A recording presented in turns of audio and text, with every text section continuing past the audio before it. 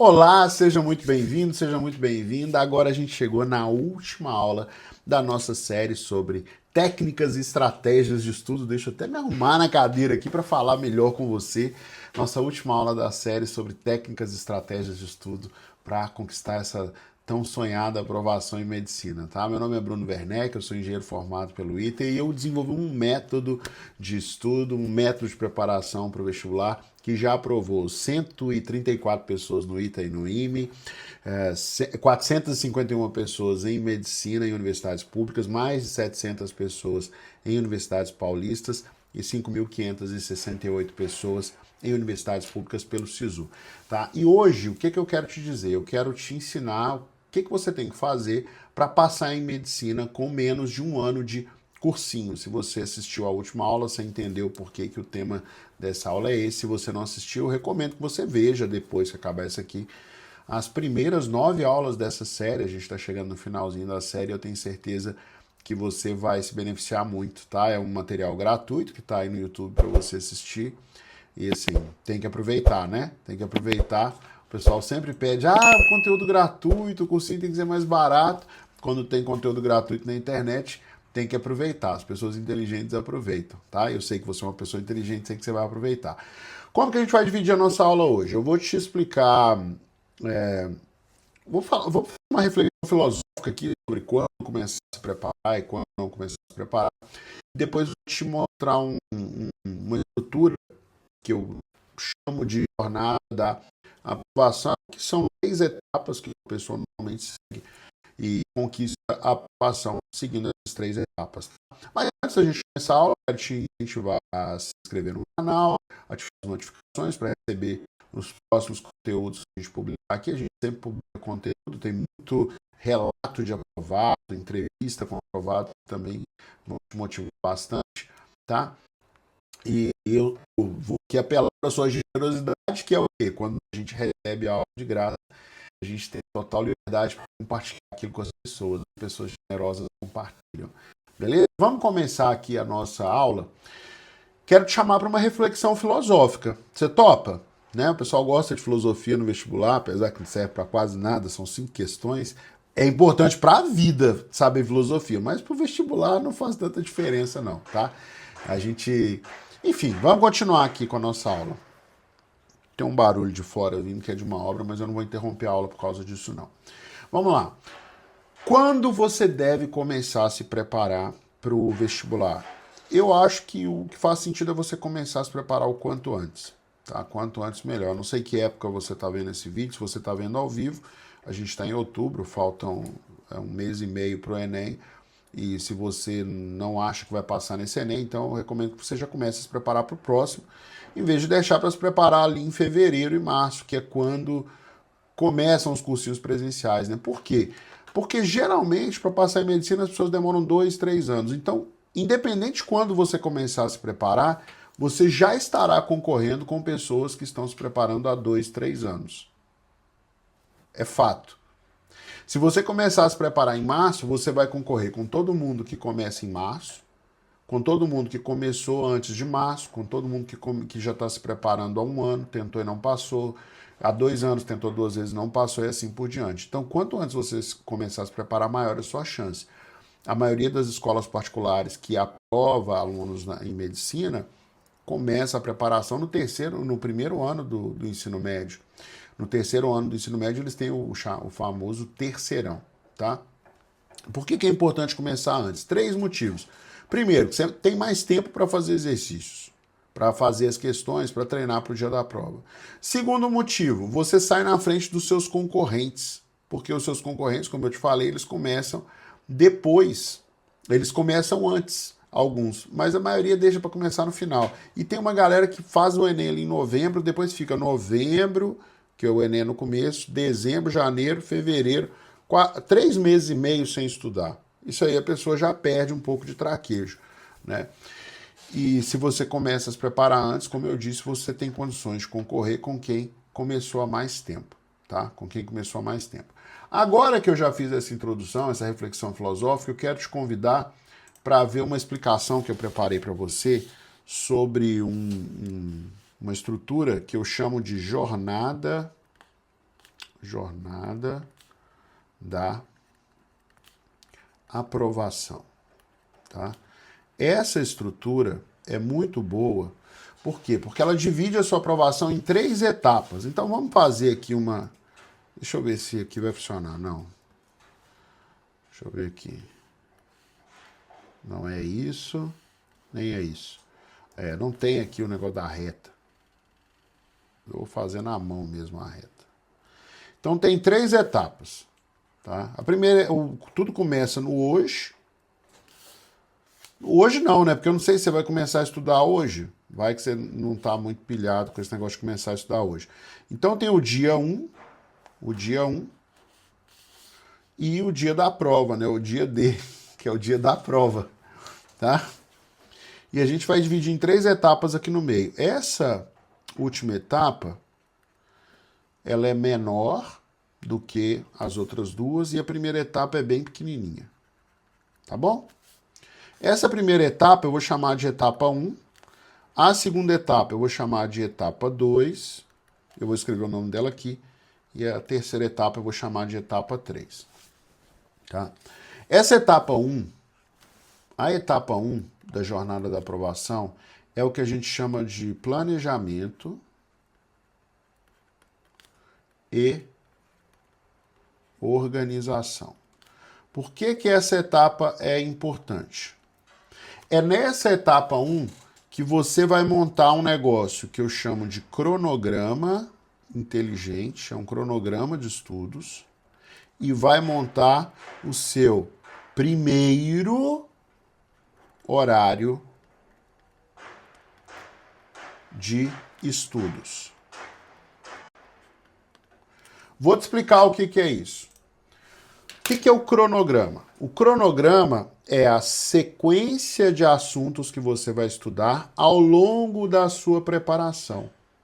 Tá? Ao longo da sua preparação, você vai estudar vários assuntos de várias matérias. Vamos dar um exemplo de matemática. Você vai começar lá por razão e proporção, ou operações com números, operações matemáticas básicas, razão e proporção. Depois você vai começar a estudar regra de 3, depois juros, porcentagem e assim por diante. Até que vai chegar lá no final que você estuda a matéria que cai no seu vestibular. Se você vai fazer USP, Unicamp, obviamente o conteúdo é mais amplo, tá? Do que no Enem. No Enem o conteúdo é mais enxuto, é menos conteúdo cobrado de forma que exige mais raciocínio. Mas em ambos os casos tem um cronograma de conteúdos. Esse cronograma de conteúdos tem uma ordem que acelera o seu aprendizado. A ordem é a mesma para todo mundo, não muda a ordem. O que pode acontecer é assim, você tem facilidade num assunto, você pula a teoria daquele assunto. Já vou explicar isso daqui a pouco, tá? E do outro lado tem o horário de estudos. O que é o horário de estudos? É o que você vai fazer em cada dia, da semana. A semana tem 7 dias. Você vai montar uma tabela, eu já expliquei isso numa aula aqui antes. Você vai montar tem uma das aulas da nossa série, deixa eu até ver qual aula que é essa. É a aula 3, aula 3 da nossa série, ensina a montar um horário de estudos. Vai lá assistir a aula 3. Um dos pontos importantes que eu falo nessa aula. O primeiro horário de estudos ele vai mudar eventualmente depois de uma semana. Mas até num espaço de 3, 4 semanas, você tem que descobrir o seu horário de estudo. Depois você vai mudar esse horário de estudo uma vez a cada mês ou uma vez a cada 2 meses, dependendo da sua evolução em cada disciplina. Se você está muito adiantado na disciplina, pode diminuir um pouco a carga de estudo dela. Sei lá, você não precisa tanto teoria, você fica só em exercícios, né? Já falei sobre isso aqui também em outras aulas. Tá? Por isso que essa aula é um fechamento, porque ela engloba muitos assuntos que foram falados na primeira aula. Tá? Então, nessa etapa de planejamento e organização, é a primeira etapa da sua preparação. Aí você precisa tomar muito cuidado com essa etapa, porque se você faz um planejamento errado, toda a sua preparação é comprometida. A segunda etapa é o que eu chamo de preparação propriamente dita. O que vai acontecer na etapa de preparação propriamente dita? É onde você vai cumprir o planejamento. todo o planejamento da etapa 1 vai ser cumprido aqui nessa etapa do PPD. O que você vai fazer nessa etapa? Você vai fazer exercícios, né? Resolver questões, simulados e redação. Bruno, e as aulas? Você já deve ter... Eu já falei sobre isso nas outras aulas, vou falar aqui rapidamente. As aulas, elas não devem ser o foco da sua preparação. O que você tem que fazer com as aulas é assista às aulas que vão acelerar a resolução dos exercícios. O que isso significa? Significa que se tem exercícios que você sabe resolver sem assistir aula, de um determinado tópico, inclusive, você não precisa assistir aula. Entendeu? Você não precisa só assistir aula porque alguém mandou você assistir aula. Não, a preparação tem que ser inteligente no sentido que ela é personalizada para alcançar o seu objetivo. Então, nessa etapa de preparação propriamente dita, você vai focar em resolução de questões, simulados e redação. É óbvio que você vai ter que estudar a teoria, porque nem todos os assuntos você domina. Eu já falei sobre isso numa aula também, tá? Inclusive, eu já te falei sobre aquela técnica sobre a forma como eu organizo os tópicos aqui no quadro, né? Dentro de cada tópico, a primeira atividade que o aluno faz é uma lista de exercícios diagnóstica, para ele ver o domínio dele sobre aquele assunto. Se ele tem um aproveitamento acima de 80%, ele pode ir direto para as outras listas e tirar dúvida na monitoria daquele tópico. Se ele tem um aproveitamento entre 60% e 80%, ele tem que fazer atividades da primeira lista, que é uma lista geralmente mais simples. Eu costumo chamar essa lista de fixação. E aqueles exercícios que ele tiver dúvida, ele vai lá e assiste a teoria só daquele exercício. Inclusive, as aulas são picadinhas para você não ter que assistir uma teoria toda para aprender um pedacinho na matéria.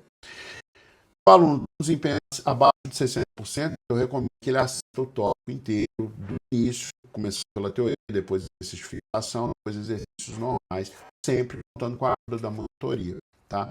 É importante, nessa etapa de preparação, fazer muitos exercícios, fazer os simulados na data que eles acontecem e fazer 2 redações por semana. Tá? O que é importante aqui? Todos os dias que você estudar, você vai decorar essa expressão aqui, ó. Aula dada, aula estudada no dia. Aula dada, teoria. Estudou a teoria?